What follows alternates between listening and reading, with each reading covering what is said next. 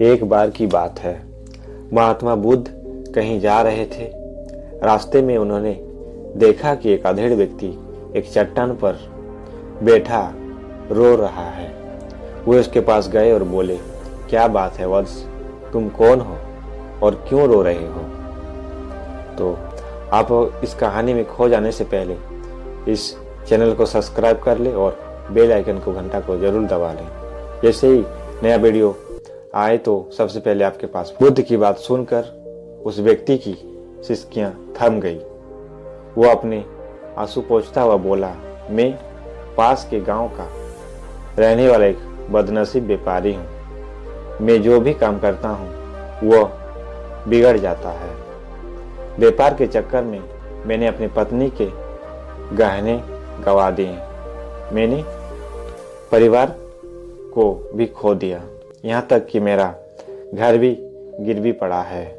मुझे तो लगता है कि मैं किसी काम का नहीं हूँ, मेरी किस्मत ही खराब है।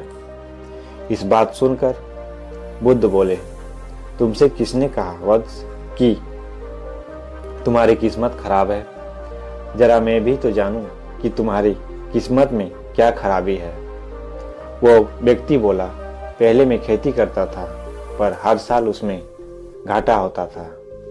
कभी सूखा पड़ जाता था तो कभी ज्यादा बारिश के कारण फसल बर्बाद हो जाती थी। इससे परेशान होकर मैंने व्यापार करने का निर्णय किया। मैंने पत्नी के गहने बेचकर अपने व्यापार शुरू किए, लेकिन मेरा व्यापार नहीं चला। शुरू में परिवार वाले ने मेरा साथ दिया, लेकिन जैसे जैसे मुझे नुकसान होने लगा, मेरे परिवार वाले भी मुझसे दूर हो गए। मैं यह सब उनके लिए ही कर रहा था, लेकिन अब वे लोग मुझे देखकर नजरें फेर लेते हैं और मुझे ही मेरे परिवार की दुर्दशा का जिम्मेदार ठहराते हैं। उस व्यक्ति ने एक लंबी सी सांस ली और फिर बोला, मेरा एक मित्र है, उसने भी मेरे साथ अपना व्यापार शुरू किया था। उसका व्यापार अच्छा चल रहा है। वह जब भी मेरे घर आता है तो अपनी सफलता की कहानियां सुनाता है। उसकी बातें सुनकर मेरे घर वाले भी कहते हैं कि उसे देख और कुछ सीख। हमें तो लगता है कि तेरे बस का कुछ भी नहीं है। उन लोगों की बात सुनकर तो अब मुझे भी लगने लगा है कि शायद मेरे बस का कुछ भी नहीं है। अब तो मुझे अपना जीवन ही व्यर्थ लगने लगा है। मेरे मन में ख्याल आता है कि अपना जीवन समाप्त कर लूं। मैं यहाँ से आया भी इसी इरादे से था, लेकिन हिम्मत नहीं कर पाया, इसलिए यहाँ एकांत में बैठा विलाप कर रहा था। बुद्ध बोले, ओह, तो ये बात है। वैसे क्या तुम इसके अलावा और कुछ भी कहना चाहते हो? उसके बात सुनकर यह व्यक्ति बोला, एक और मेरा हर काम खराब हो जाता है। दूसरी ओर मेरा मित्र है जो हर समय मुझे नीचा दिखाने का प्रयत्न करता रहता है।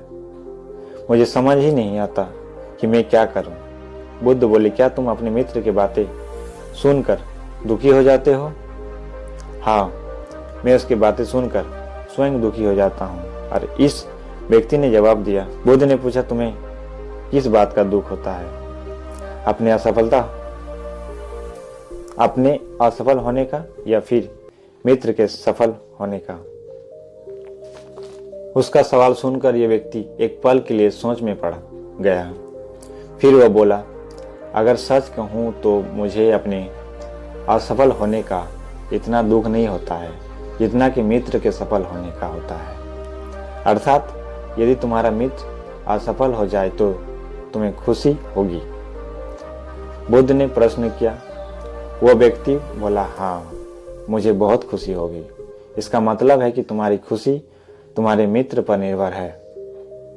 बुद्ध बोले, अगर चाहे तो तुम्हें खुश कर सकता है और वह चाहे तो तुम्हें दुखी कर सकता है।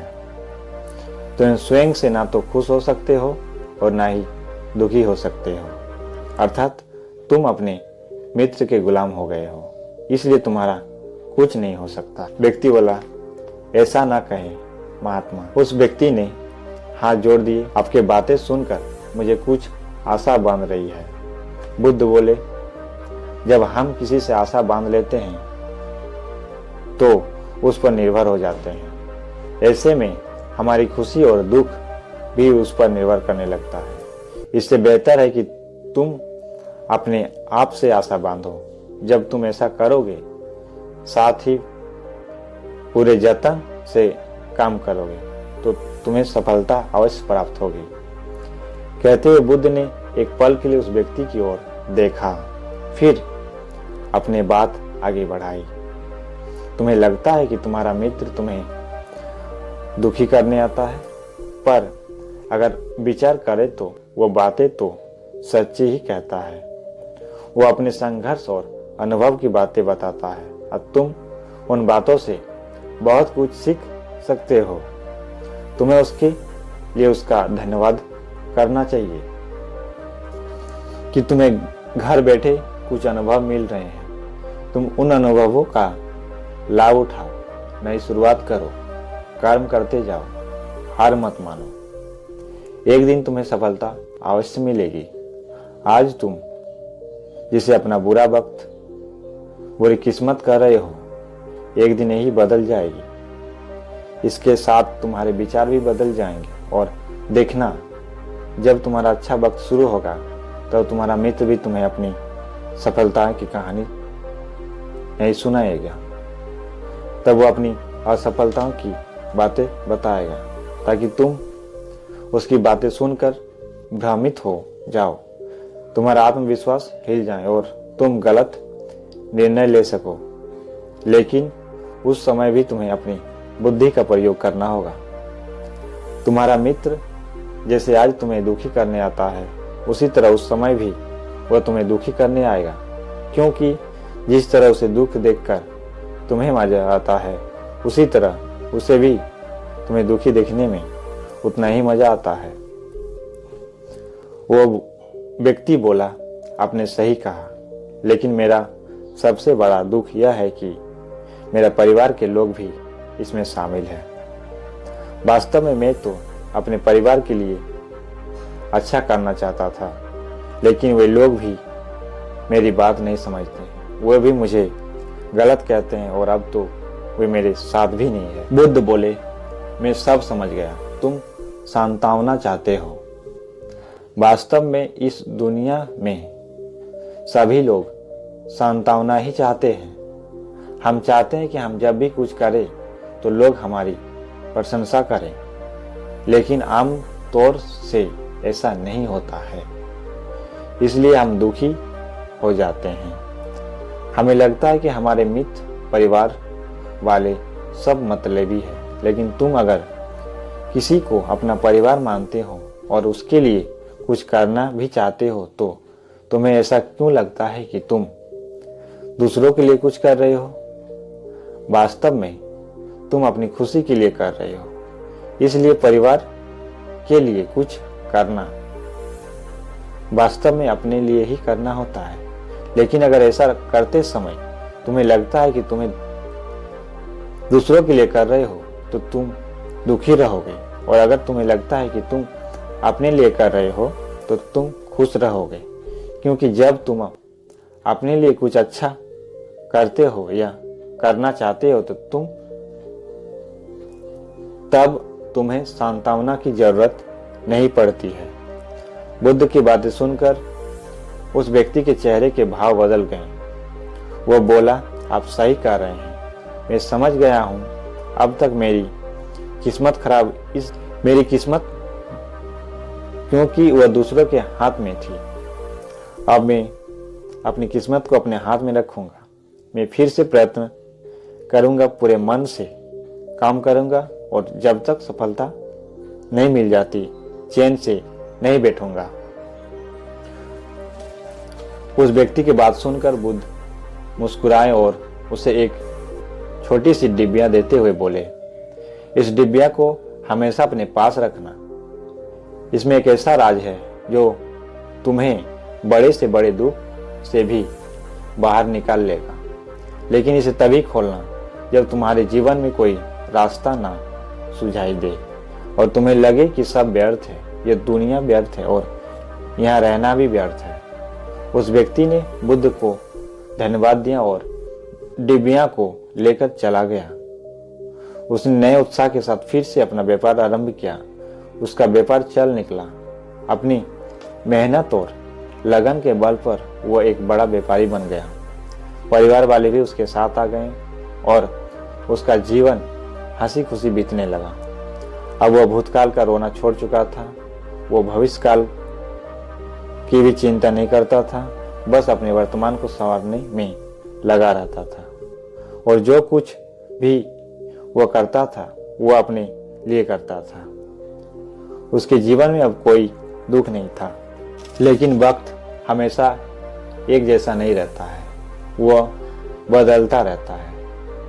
उसके जीवन में भी बदलाव आया। एक दिन उसके राज्य पर ओडिसी राजा ने चढ़ाई कर दी। उसने उस राज्य पर अपना कब्जा कर लिया। इसके सैनिकों ने चारों ओर लूटमार मचा दी। उन्होंने व्यापारी का सारा धन लूट लिया। उसके घर में आग लगा दी। जान बचाने के लिए उसे अपने परिवार के साथ वहां से भागना पड़ा। वो व्यक्ति अपने परिवार के साथ कई दिनों तक इधर उधर भटकता रहा। वह दाने दाने की मोहताज हो गया। उसका बच्चा बीमार हो गया। इलाज के अभाव में वह तड़पने लगा। यह देखकर उसका हृदय चित्कार कर उठा। वह कैसा अपने बच्चों का इलाज कराए। उसके पास तो खाने के लिए भी पैसा नहीं थे। ऐसे में उसे एक बार फिर निराश ने घेर लिया। उसे लगने लगा कि उसका जीवन व्यर्थ है, सारी दुनिया व्यर्थ है, किसी भी बात का कोई मतलब नहीं है। भले ही आप जीवन में कितना भी कुछ कर लो, कितनी भी सफलता हासिल कर लो, पर अंततः यह जीवन समाप्त ही होता है। तो फिर ऐसे में जीवित रहने का क्या फायदा। इससे तो अच्छा है कि वो अपना जीवन समाप्त कर ले। लेकिन तभी उसके दिमाग में बुद्ध की दी हुई डिब्बियां कौंध उठी। उसने उत्सुकता के साथ उसे खोला। डिब्बियां के भीतर एक पर्ची रखी हुई थी। पर्ची पर कुछ लिखा हुआ था। उसे पढ़कर उसकी आंखों के आगे छाया निराशा का अंधेरा छट गया और वो मुस्कुरा पड़ा। पर्ची पर लिखा हुआ था, यह समय भी बीत जाएगा। उसने डिब्बियां को अपनी मुट्ठी में भोंच लिया और एक नई शुरुआत के लिए उठ खड़ा हुआ। दोस्तों, अगर आप भी ऐसे ही परिस्थिति से गुजर रहे हैं तो निराश ना हो। अपने अतीत पर शोक मत करें, ना ही भविष्य का चिंता करें। अपने वर्तमान को जिए और ऐसे बेहतर बनाने के लिए सच्चे मन से प्रयत्न करें। यकीनन जल्द ही आपकी किस्मत भी बदलने वाली है। तो दोस्तों, ये कहानी आपको कैसे लगे? अगर अच्छे लगे हैं तो वीडियो को लाइक कर दीजिएगा और चैनल को सब्सक्राइब कर दीजिएगा। आप सभी को धन्यवाद।